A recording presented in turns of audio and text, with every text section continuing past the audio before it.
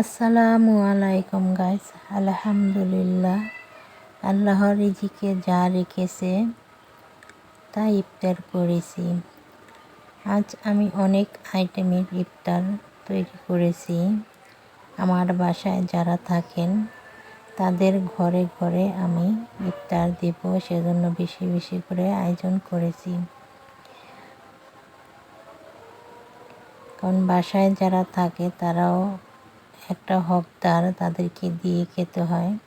খালি রমজান মাস বলে না, আমি সব সময় যা রান্না করি কিছু না কিছু দিয়ে খাই এবং আমিও দিয়ে খাই।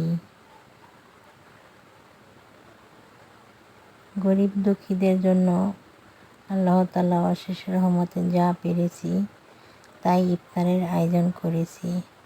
আজ বাহিরেও ইফতারি বিলানো হয়েছে, মেবি ওটা খিচুড়ি বিলানো হয়েছে, ওখানেও শরিক ছিলাম। আলহামদুলিল্লাহ, দোয়া করবেন। আমার সামর্থ্য মতো আমি যতটুকু পারি ততটুকু দেওয়ার সহযোগিতা করি। সবাই দোয়া করবেন এবং আরও কিছু বাকি আছে, সামনে ইনশাল্লাহ আরও দেওয়ার চেষ্টা করব এবং গরিবের পাশে থাকব।